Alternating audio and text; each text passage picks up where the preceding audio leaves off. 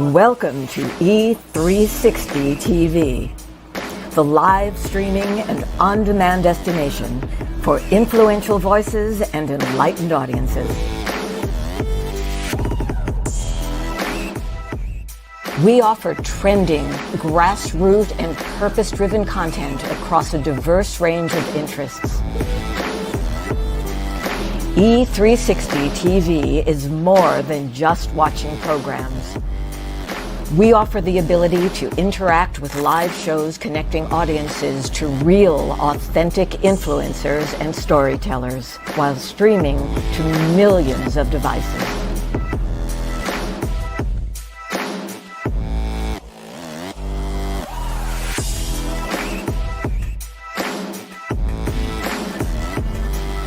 Real experiences. Raw conversations. One destination for it all. E360 TV. On July 4th, 1962, I found myself in the lost and found of mankind. Just because something finds its way to the lost and found doesn't mean that it wants to be there. Just because something finds its way to the lost and found doesn't mean that the person who lost it doesn't care for that lost item. You are writing moments that people will learn from, grow from, and heal through for thousands of years. Together, we are co-authoring a unique moment in time. That DNA, those fingerprints, they're gonna be gone. Ashes to ashes, dust to dust. But it is your story that they will tell for thousands of years. But only if you leave it. Things that do not serve you must go. The longer you wait, the more time you give them to trick you into serving them. 22 homes in foster care, everything I wore as a scar, as a shame, things that started like Velcro on my spirit. After just a few months, then years, then decades, I had believed myself into believing that they were indelible tattoos. Sometimes we have to be broken down to appreciate the view once we start getting up. I want you to leave this place and know that you have been changed. Why? How do I know it's true? Because each of you has just changed.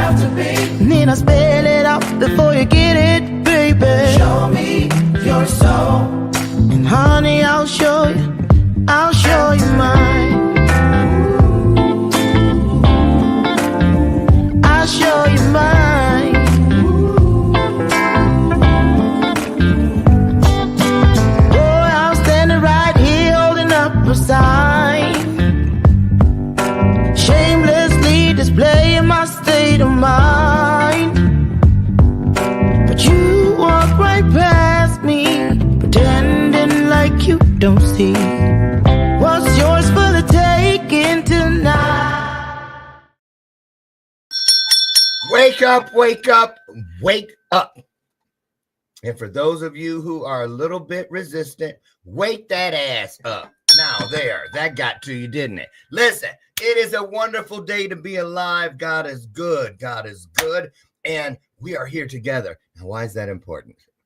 it is ultra important because the moment two of us comes together, a floodgate of opportunity, blessing, abundance, increase, you name it, it opens wide up because the promise says if just two of you come together and you mean it, y'all, the rest makes history.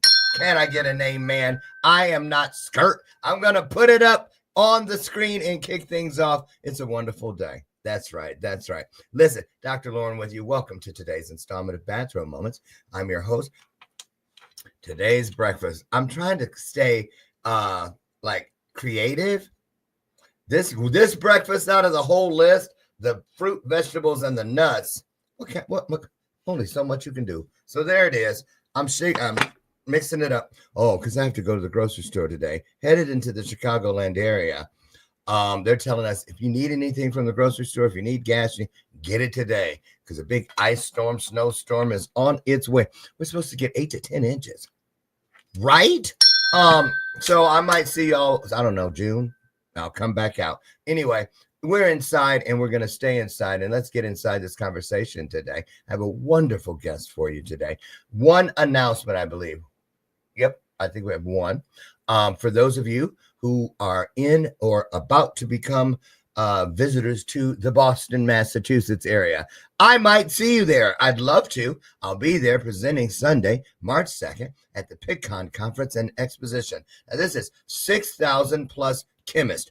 I don't know. What were they thinking, right? After my keynote, I don't know who I'm going to talk to because they asked me a question. E equals MC squared? That's about the length. That's the extent of my chemistry knowledge. So anyway, I'm really excited to go there and pour in. I'll be presenting my keynote entitled The Ripple Effect. And speaking of the ripple effect, that was my first speech when I started all those years ago. And I did it 114 times straight, right? Because it was the only thing I had. So, and it's all about how my journey through foster care has led me to this very chair and everything else in my life. You know, I tell the kids that I speak in front of, and I'm going to do a big foster care thing in Raleigh, North Carolina. It is North, right? Raleigh? Here's the South. I get them mixed up.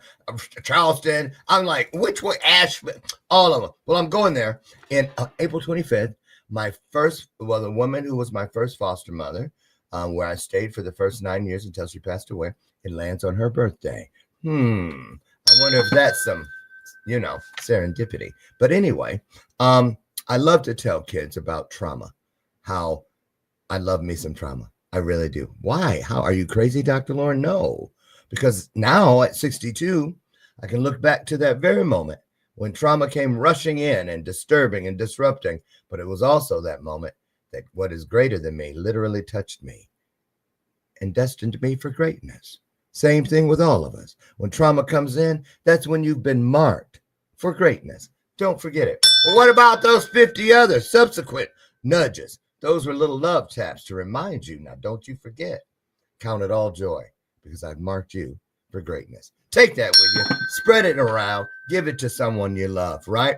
So, Tige, I know I'm not saying her name right, but the other day I was bragging about her to somebody. They go, oh, my client, Lulu Lee, who was here for training from New York over the weekend, New York City. She goes, she saw something about the Jewish university. And because she's Jewish, she's Israeli. And she said, I know that name. She had it all laid out. And she goes, find out. She could be Jewish. And I was like, what? Right. Anyway, so we got a lot to talk about. A lot to learn. Listen, she's coming in. I'm not going to go into it because I want you to hear it straight from her mouth. She is incredible. The first time I saw her on LinkedIn, I was scrolling and landed on her walking out on the Golden Globe stage, and I froze. And I forgot all about the Golden Globes when I heard they said, here comes the founder of Kids in the Spotlight. And I was Googling. I looked at all about foster care. And I fell in love with her. I fell in love with her work. And I looked at my husband, Dr. Brian, and I said, honey, I want to be her when I grow up. I really want to be her. And she's here today because what she does with those kids, oh, my goodness. I think about what could have happened if I had that experience, but I don't have to because she's doing it for us. Here she comes, you guys. First timer. Put some, oh, wow, what's happening? I didn't expect this. This is weirdly wonderful. Weirdly wonderful. Turn the narrative to your own direction. Make it work for you. Something good is happening, whether I knew it or not. Tige Charity, come on in here. See what I told you? I told you she's got a gift. She's anointed.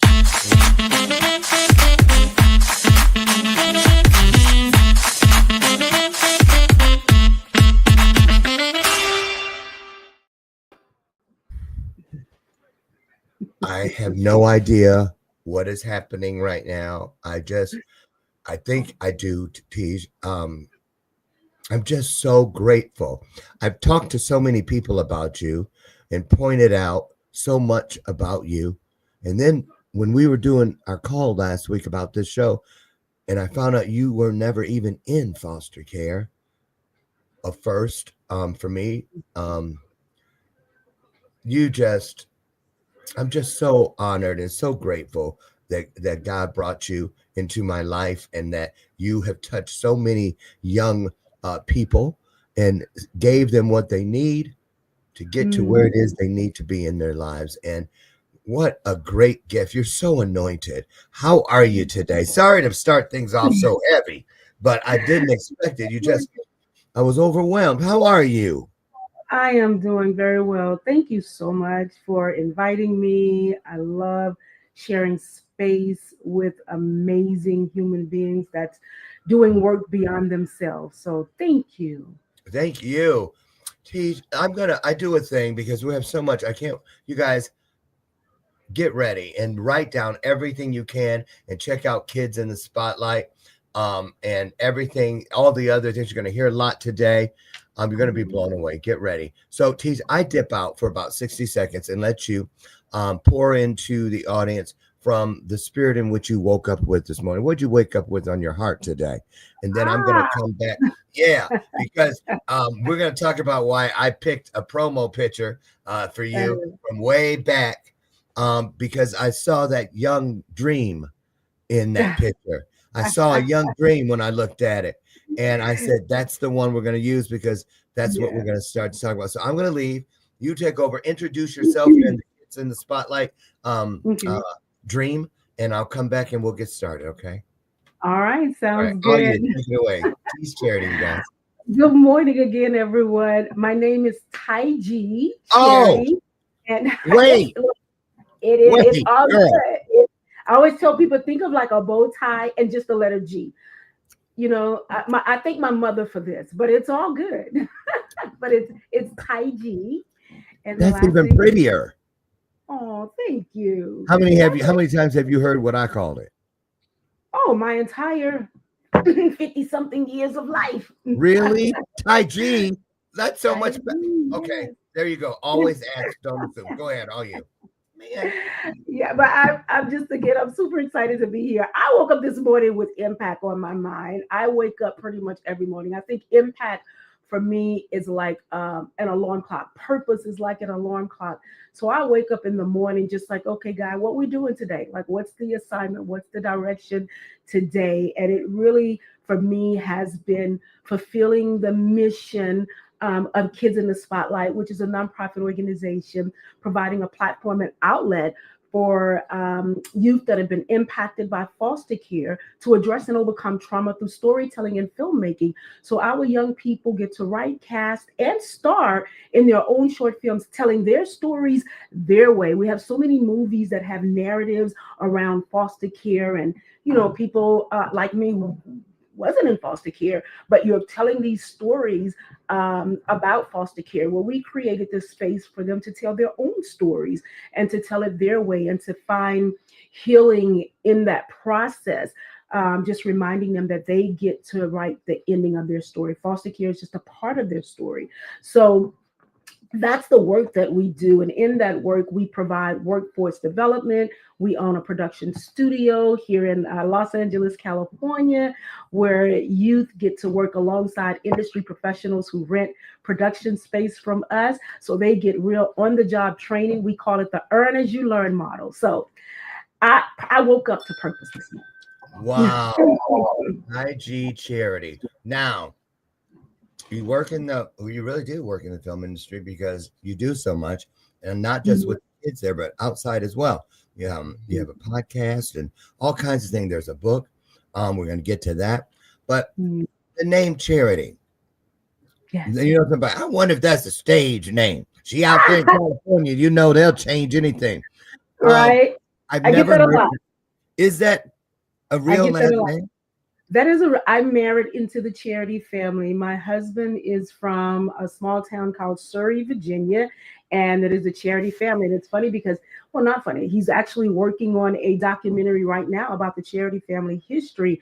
Wow. Back way to the 1600s, where it was basically documented that they were never enslaved people, and so he's unpacking just the history of the Charity family. So I was really blessed to marry into such a rich family with a beautiful history. So it is my real last name, but I do get that a lot because I run a nonprofit. Right, the name. It just seems like everything around you was meant to be. Yes. So let me ask, okay, what year was it when you started? For some reason, I have a feeling that you saw the vision for Kids in the Spotlight before. Well, of course, and then it happened a little later. Is that how it happened? When did? No, when I had the vision came in May of 2009.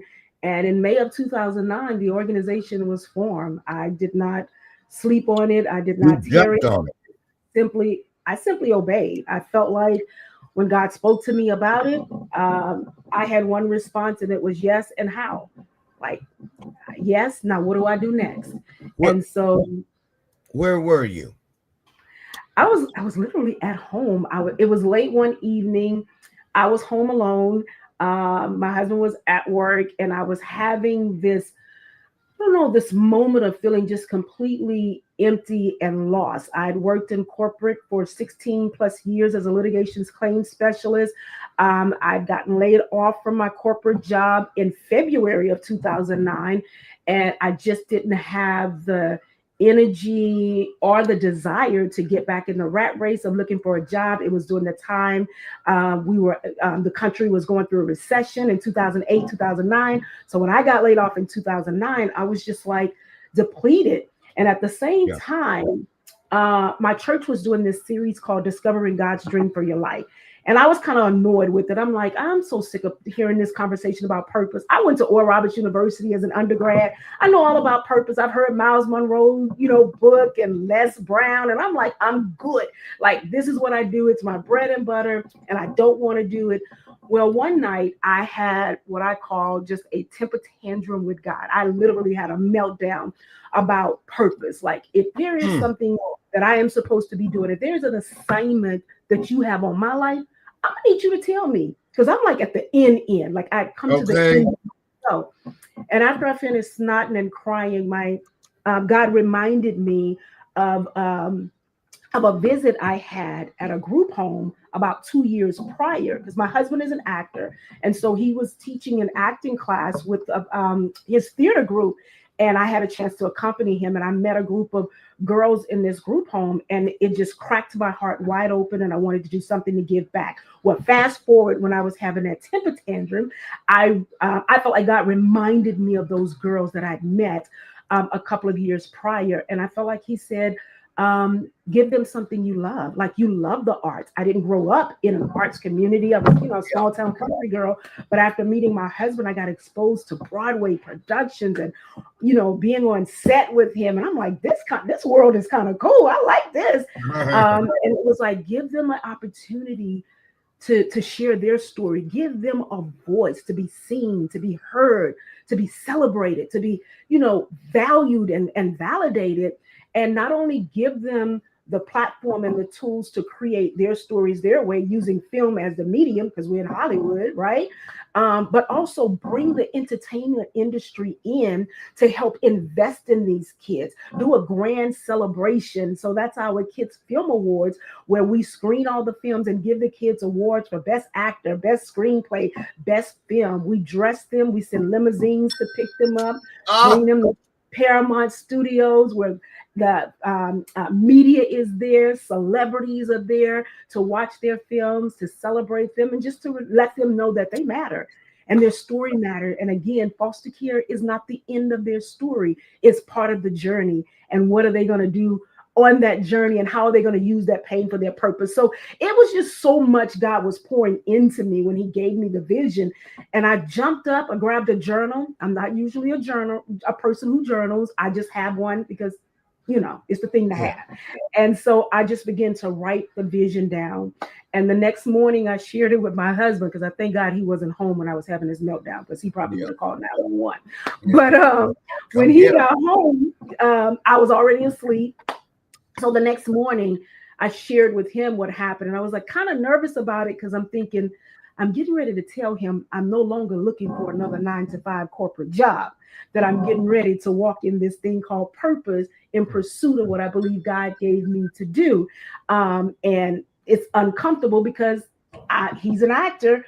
I had a steady income working a corporate job. Mm-hmm. And when I shared the vision with him and he said, wow, sounds like a God thing to me, I was like, let's go. And we've been going ever since. Wow. So, because I'm going to go over into the gallery on the Kids in the Spotlight website soon to show them some of the sets and some of the things. But before we get there, where did you start? I mean, what was the first step for me? Yeah. Well, after saying yes to what I believe the calling was, I got online and I started looking up nonprofits. Well, God had given me the name Kids in the Spotlight. So I started researching the name Kids in the Spotlight. And then I ran across an ad for We the People, because I was like, okay, how do I get incorporated? I want to make this a nonprofit because, again, I want industry professionals to help invest, pay it forward. I want corporations to invest, studios. Like, I just started seeing all these people coming together to help bridge this gap, to provide, equity and inclusion for these young people who are often forgotten about and not thought of. So I ran across We the People. I called and said, look, I got a business idea. I really want to get it incorporated. What do I do? Made an appointment. They helped me file my articles of incorporation and did the business name and all of that. But I was like, but it needs to be a 501c3. And they said, well, we don't do that. And I'm like, okay, now I got to figure out how to file for 501c3 tax status. Yeah. So they referred me to a few attorneys, and it was just, the cost was too expensive. I'm like, look, I'm unemployed. I cannot pay an attorney to do this paperwork. And so a friend of mine bought me this book called The NOLO, How to Start a Nonprofit in the State of California. So I read this book page by page. I sat down. I actually went to a friend's house to get away from my environment, just to be in a different space so I can truly focus. Yeah. And so when I went there, she left me in her house to just fill out the application. I sat with my book, and it took about 8 hours to complete that entire application. And I was like, okay, I'm going to send this in. I don't know if it's going to get approved. I heard it's really difficult to get a 501c3 approved. Like, you really need an attorney to give you all the legal jargon and all of that stuff. Right. I'm like, whatever. I'm just going to follow this book to a T. Completed it, gave it to my husband, who's just an English buff. I call him the intellect of the family. Like, he is truly, either some people may call it nerdy, but I gave it to him, and I was like, can you read this for me just to make sure, it's grammatically correct, it makes sense and all of that. He did. I mailed it in and got a letter within, 6 weeks saying, here's your tax ID for being a 501c3. See? And see? I just did the work. It's the anointing, Tige. It's the anointing. I'm not kidding you. It's so powerful. And it's like this. When I look at you, I can't help it. It's what broke me down. I see it like in my mind, which now I'm supposed to start using the term insight. Because I literally in my mind pick up like a kaleidoscope to see what I can't see with just human eyes. I'm not kidding you. When I see anointing on you, it's like a giant stack of pancakes, and the way the syrup just runs evenly in between each and just covers. It's a covering. Mm-hmm. It's a covering. Mm-hmm. And it's amazing how it moves evenly. There's not a side that's ahead or behind the other. And I know they're like, it's our universe, Lauren, you're only visiting. So they meet me where they need to. And apparently pancakes is a big deal in my world. So the anointing, when you look back over your shoulder, Tige, because so many celebrities have loaned and given their services, poured into this. Would you have ever, what about this part? Here it is. You know how sometimes people say, if God would have shown you then all that was coming, it probably would have scared you and you would have looked, you know what I'm saying? So have you ever been surprised by some of the blessing, or did you always somewhere in your spirit expect it? You know what? I think it's a little bit of both. Like, I expected one because I am a woman of faith. And, when I read scripture, it says that God starts at exceedingly. He does exceedingly abundantly above all that we can ask or think.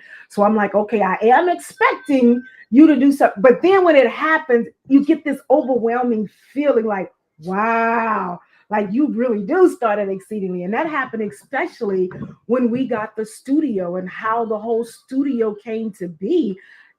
People were like, oh my goodness, a Black woman owning a actual studio that's with sets, and how did that happen? And when I look back of all the things that occurred that had nothing to do with me other than showing up and saying yes, other than my obedience, everything else, God was just working it out. And so it's just been that journey. So yes, it's been, like, wow, God, but there has always been a level of expectation there. I expect him to do great things. I expect him to do exceedingly abundantly above all I can ask or think. And we got a very vivid imagination, all right? Yes, we do. We got a vivid imagination. Yes, we do. Yes, we do. You guys, I try my best to spread that word each and every day. Listen, imagination, it is the biggest screen in the universe. Our imagination, it is the biggest screen in the universe. And I remember the day God told me, Lauren, look around you. Every single thing in your world, in the world, began on that same screen. As a flicker of inspiration. It started there. Everything. So everything has an origin story. Everything started from yes. So let's turn to the kids. Do you remember the very first kid? Oh my gosh. I do. I remember there's one in particular from early on, and that's because he is still in my life. He's in New York doing amazing things. He's a big time commercial director. So, I have to go through his people to get to him sometimes. But I remember when he first came to the program, he was about 16 years old. And the very first class, he was just so inspired and was excited about the program because he thought writing was cool. Like, he felt like he had a gift for writing. So he was like, I think I can do this. Well, the second class, his social worker walked in and we were like, well, where is he? And the social worker said, well, he's sitting in the car. He doesn't want to come in. And I was like, well, why not? And he was like, his friends, thought it was corny and started teasing him. So now, he doesn't want to come in. So what do you want me to do? I said, what I would like you to do is go get him and ask him if I can just have about 5 minutes of his time. I just want to talk to him. And so the social worker went out. When he came back, he brought the young man with him. And I simply asked him one question. I said, are you going to allow your friends to dictate the things that you are interested in and the things that you want to do? Or are you going to start making some decisions for yourself? Now, at the time, we didn't have any collateral. I didn't have any films to show him of young people who had already gone through the program and completed the process. I didn't have a Kids Film Awards, pictures or anything because we hadn't done it yet. We were in our first year. Right. And He said yes. And I had my writing instructor there because I'm not an acting teacher. I'm not a writing teacher or any of that. I am a businesswoman, a visionary who know how to bring people together to get the work done. But in the beginning, I was in every class. I was there because I wanted to make sure I was observing and the classes were going the way that I envisioned and the way that it was given to me to run the classes. So I was in every class. So I brought the writing instructor with me to have this conversation with him, and we both encouraged him, and he decided that yes, he would do it. So he completed the program at the first Kids Film Awards. Bill Duke presented him with the Team Spirit Award because we celebrated his tenacity to say yes in spite of what his friends were saying. Yes. And so now this young man he's represented by two of the top commercial agencies in our country. So doing Wow. big and amazing things. Working his projects on Hulu. Yes. So just love him. And he goes by the name of Day Day now. Day Day. Yes. You know, it's so interesting how I'm sitting here. You know, we've had talks. We're about to do a 90-minute special together. And all those private moments we've had together, this whole thing that's been happening since I started to introduce you has never happened. Has it? It's never happened. And I'm sitting here going and pushing it back the whole time. And I'm like, what is this? What's wrong with me? And I'm hearing that it's, you know, I know what it is. I'm sitting here and I'm thinking about all the kids that I met in my years in there. And I think about how few of them made it out alive. And how if they had something like what you have, it literally could have saved their lives. I mean, I've never been able to leave. I thought it was going to be like that at the beginning, like I had a necklace that had 3 stones and it was repeated 3 times because I was going to run off the stage the first few times. I was so terrified. And God gave me that vision to have somebody make this thing. And just little pieces of plastic in different colors, but it was and I held it almost the whole time I would be on stage. I'd have the mic in one hand and I'd had a death grip on that thing because I think God didn't ever want me. He never wanted me to forget that I'm representing more than just the work. I'm representing those who never got the chance to work, but their stories are still important to the work. And when I say the work, it's not what we get paid for. That's going to work. The work is what we were made for. And so I'm grateful because clearly your anointing has a lot to do with the healing that we can't see needs to be. And here I am, 62 years old, and just being in your presence, that gift that God gave you is actually healing something in me right now that I didn't even know was still unhealed. It's I don't even know what to call it. I just don't know what's happening, but it's a good thing. And it's just a testament, I believe, Tige, to what can happen when you ask and you are obedient. And that is your answer. Obedience is what I'm hearing. How those things that you could never see are already there. It's just incredible. It's just incredible. And boy, it feels like too, I hear she's just barely getting started. You know, and I'm like, what? Right. So I'm hearing don't apologize, but I feel really some kind of way. I don't know what I'm gonna do with the rest of the day. I'm like, Lord, what the, you know, but it's just because you're touching me and you're transporting me to, you know, oh, there it is. I just heard it. Lauren, you are celebrating the distance. That's what's happening right now. I'm celebrating the distance because when you said social worker and how he came in and that kid was in the car, it reattached me to my original social worker, Anne, and how she got down on one knee in the gravel in a skirt that very first day and told me, if you are ever in a situation that doesn't feel right to you, no matter what it looks like. Always walk me to the car when I visit. Be a gentleman. And all you have to do, you have to say a word. Just squeeze my hand 2 times, not once, not 3 times. And I promise I'll be back to get you before the sun sets. She did that 5 times over 5 years, and she's done it hundreds of times since in my Oh, life. wow. I've squeezed her hand so many times, so many times. That's the magic of people like you. I know that there are kids in this world that hold on dearly and have gone Yeah. places they could have never seen. So let's talk about that. The kids. You gave the example of Day Day. How many kids would you say have come through that program since that original day? Oh my God.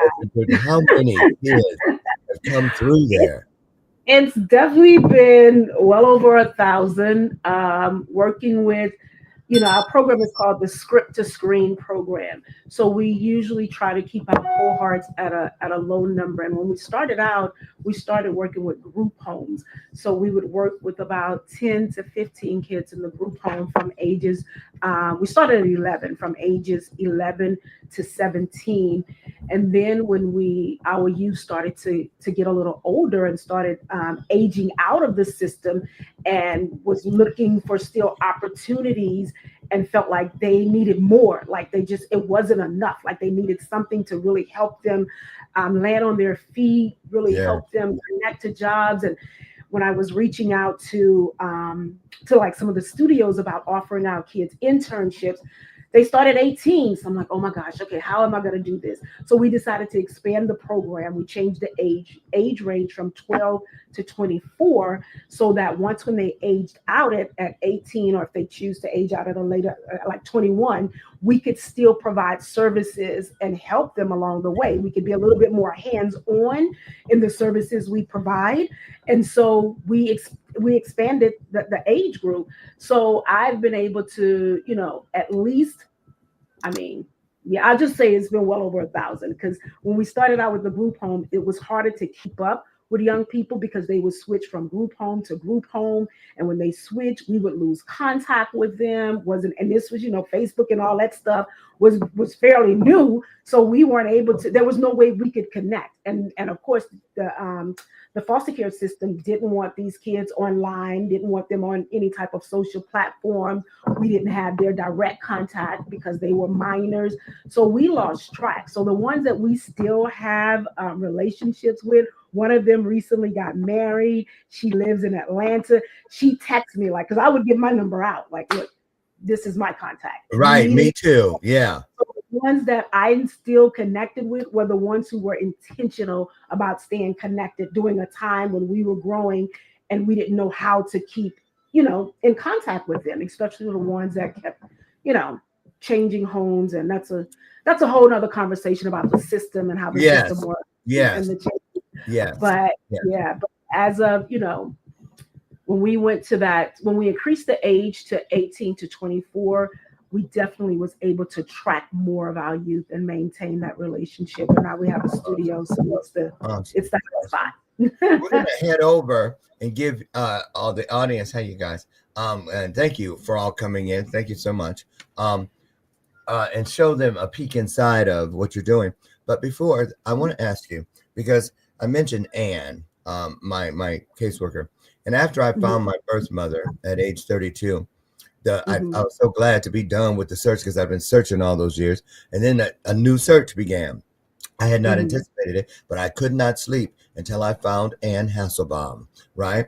And I found her. And that's how I found out that the 3 boys that I was looking for, I wouldn't find because they no longer existed. And that broke my heart. But she said to me something I'll never forget. And I wonder if you deal with it. She said, I'm so glad you sought me out. And she called me Larry, because when she picked me up that first time, I was still answering to that name, even though they said that's not your real name. Your real name is Lauren. But she said, but I know until you get used to that outfit, this new name, treat it like a new outfit or a pair of shoes that be broken in. You'll get comfortable with it. But you'll always be whoever you decide you want to be, right? So when I found her, she goes, Larry, You have no idea how many times you've ridden home with me in the car. So much so, sometimes I couldn't even listen to the radio because I was listening for your voice. I could feel you out there. And I wonder, over the years, because kids move, like you said, and you're expecting them to come on Thursday and you never see them again. How have you dealt with the spirits of the kids that touched you in a special way, and then you never saw them again? How do you deal with that? Because you know what I'm talking about, right? Yeah. I mean, it's definitely not easy, but I have a group of women that agreed to partner with me back in probably when I first started the organization. They agreed to partner with me every Monday to pray for the young people in our program, and we've been doing that for going on 16 years now. So Wow. I may not know where they are, but you know where they are. See? Know them by name. You know their location. You know their pain. You know their scars. I know you to be a healer. I know you to be a protector. I know you to be a redeemer. I know you to be a restorer. And so we come together and we literally pray for these young people and have been doing it now, going on 16 years every Monday. Here we go again. Good girl. You know what? I'm never having you back. I'm just kidding. I hate to say it. Sorry, y'all. You better get on. You better watch her podcast because she ain't getting back up in here. I can't. I understand. Excuse me. Don't cry and eat raw carrots at the same time. Note to self. It just came in. The whole reason for this, they said, don't worry, you can stop now. But this whole thing was, I swear, I promise, this is what I heard. Lauren, you needed to know that you were never completely lost. You were never completely forgotten. There was always somebody adding their prayers to your journey. And I never thought about that till all of this here. And that goes for anybody. You see, the enemy wants to trick us into believing we're all alone, that nobody cares, that nobody sees you, and your cries are on mute. But it is a lie. It is a lie that's not true. There's always going to be somebody adding their prayers to your journey, whether you know it or not. So don't you ever, ever forget that. So now, I hope that's it. Yeah. Like, look, I'm not kidding. Look, I'm going to take him over, and I want to go through. Excuse me, and Tige, I'm gonna be in the other screen, kind of clicking through, and you can kind of, how does this gallery work? Can I blow it up? Yes. Okay, here we go. Okay. So you want to narrate? Yeah, sure. Let's see where we are right there. That was the beginning process. So that was the studio in its making. So it's not an actual set, it's the making of the sets. And if you look at the top of the wall, those are posters from films that we've done with our youth. We've already produced over 100 films by the young people in our program. We've had stars like Terry Crews to be a part of the films. We've had just amazing talent to come through. So the top of the studio wall is aligned with posters from the films that our youth created. It's their wall of fame. Wow. In a sense. So those are some of the directors' cheers. But this is the hospital room. So most of our sets are they can be converted into multiple sets. So this set here is an actual hospital room with all of those machines actually work. We have an ultrasound machine in there, but this room is also an interrogation room. We can take all of that out and we turn it into like a police precinct where you can do a police interrogation in that room as well. And it's also a wellness room. Everything comes out, we decorate it, put furniture in, so it's a space when our counselors come in, because we have a partnership with Antioch University. And they provide free counseling for our young people. So when there's a counseling session, we turn it into this beautiful place where they can come and release and talk in a space that's soothing for them. So that's what that room is. But there's a hospital room, Wow. right? I mean, it's got all the plugs in the wall and everything. Oh yeah, yes, and everything is functional. It works. So this is the bedroom for the studio apartment. So inside the studio, we have an actual one bedroom Chicago style apartment. So this is the bedroom inside the apartment set. And people come in and take it out, change the bedroom. You can decorate it any way you want. This is an elevator set. This is our older version of the elevator set. It looks a little different now, but that set was donated from Disney. Inside buttons actually light up. Elevator sets are rare in production studios, so we just had to have one, and Disney said yes to donating one. So that's an actual elevator set. So the doors open and close? Yeah, so look, yes, the doors open and close. There is a rope on the outside, and people get paid to pull that rope to open the doors and to close the doors. Wow. It's Oh a my job. goodness. It's a job. Oh my goodness. Oh my goodness. I feel like Martin. Wait a minute. Oh my goodness. Oh wow. This is the part of the kitchen, part of the dining room, part of the living room of the Chicago style apartment. Where that bedroom was, this is part of that set.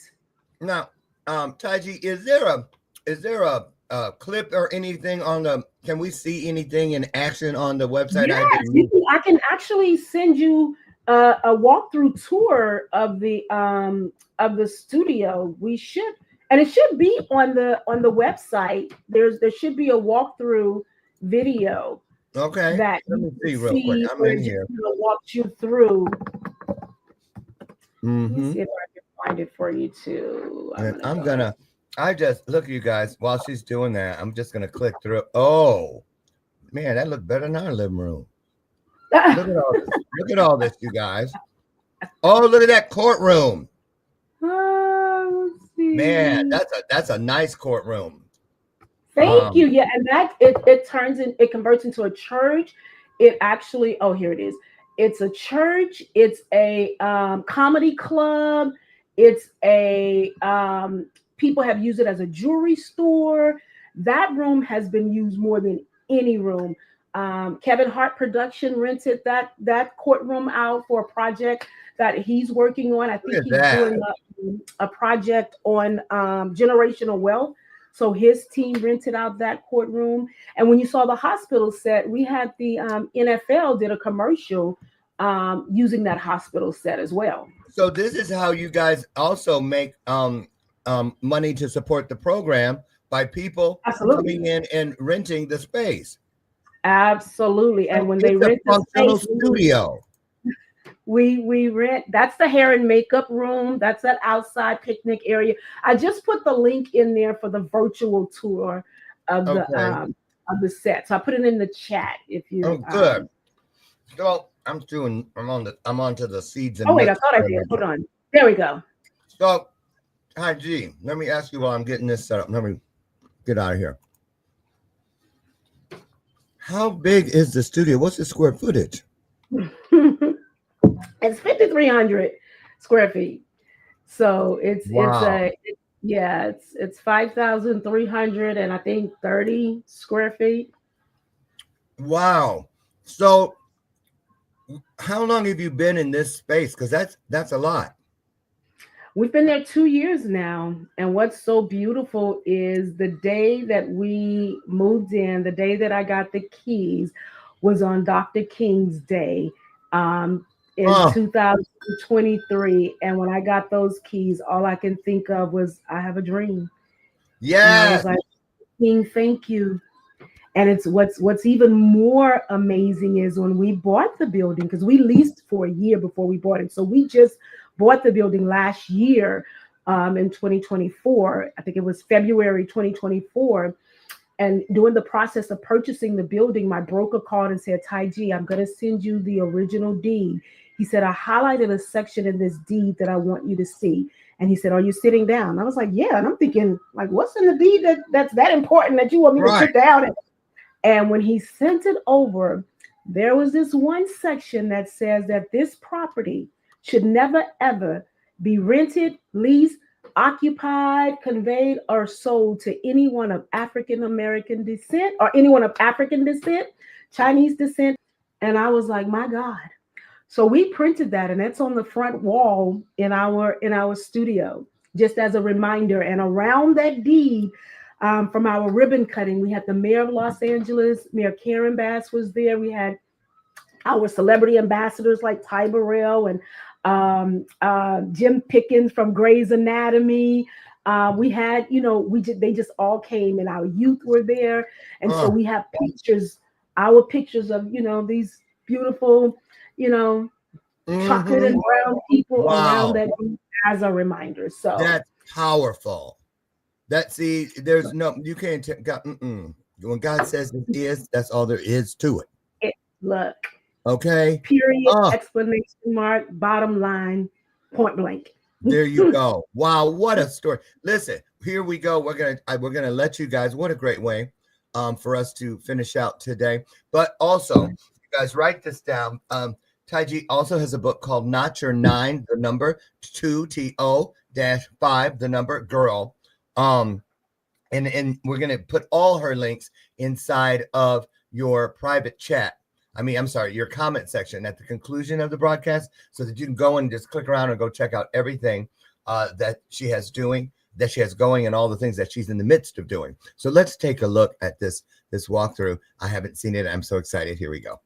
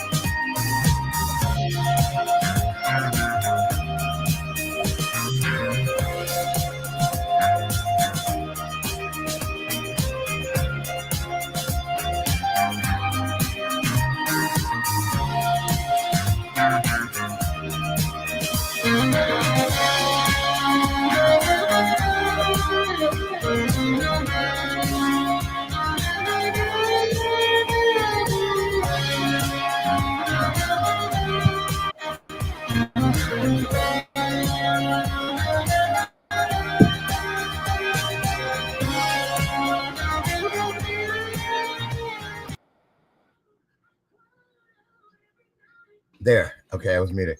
Wow. I was just listen. I just wow.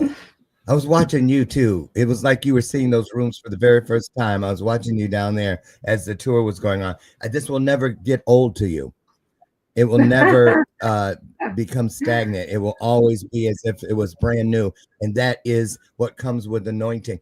Tige, wow. That I just want to say you inspire on so many different levels.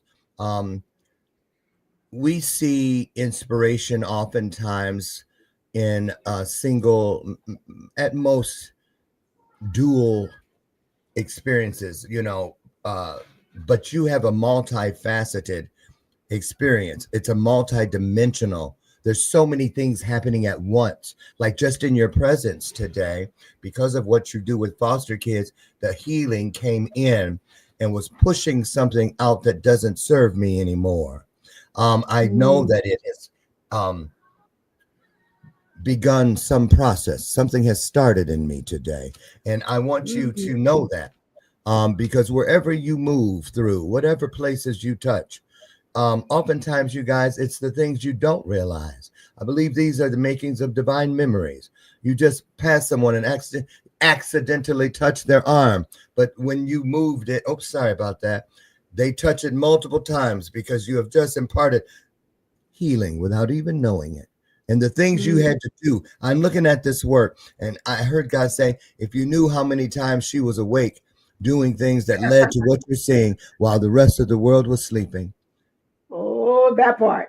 You see, okay, that part. And so I just want to say, if you could count the tears. yes, you said dream. I have a dream, and thank you, Dr. King. And that's where my closing statement came for all of us. I wrote it down while we were watching. It says, dream, dream, and dream some more so that you give your voice a chance to become sealed within the halls of history. And it is possible. It is there for all of us. You just have to believe and believe some more. Take that with you today. I hope you have been touched, and will take that and touch so many others because you've got it, just like Tige. You do. Just believe it. Tige, thank you. You guys, all of the roads, and there are many, and there are many more, but we're going to put them in your comment section. There is the website for Kids in the Spotlight Production Studio.org. And we also have TigeCharity.com. They're on Instagram, Kids in the Spotlight. And we're going to put the book, we're going to put her TED Talk, all the different, her TEDx, everything out there for you. Just get in and binge on it, okay? And donate. It may seem like they have everything, but there's still more that is needed, and you can help. So, and we'll let you know, we have a meeting, I think, this week to put it together, about a 90-minute special. Part of my team, absolutely. Yes, I can't wait. So we're gonna get everybody. Tige, Jerry Springer moment, where just what if people were to forget everything we talked about or we saw here today? What would your prayer be? That one thing that you would hope would not miss not one person. I would say, let me just say, we do an affirmation with our youth at the end of every class. And that affirmation is, we have them say it, and we have to do it 3 times.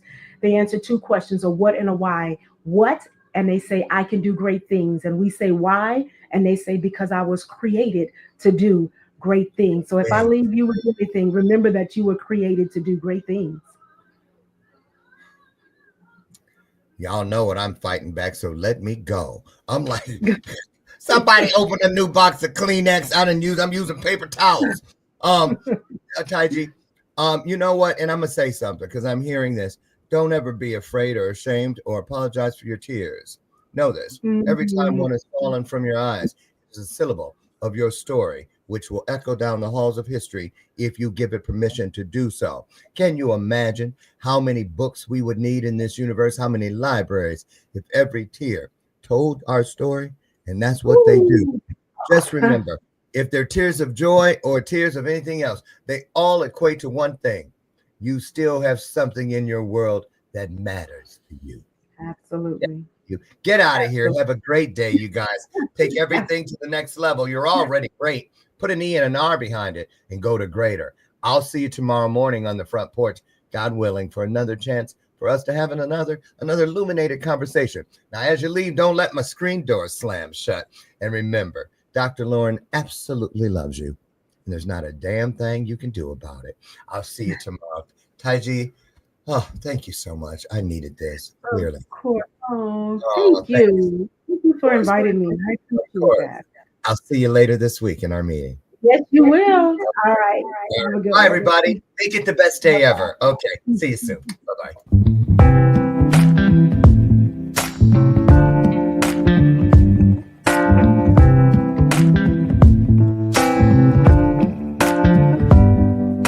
Show me your soul. Baby, I'll show you mine. Show me your soul. Honey, it's way past time. How expensive do I have to be? Need I spell it out before you get it, baby? Show me your soul. And honey, I'll show you mine. I'll show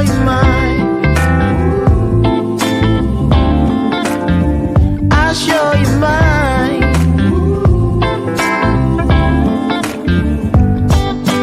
Oh, I'm standing right here holding up a sign.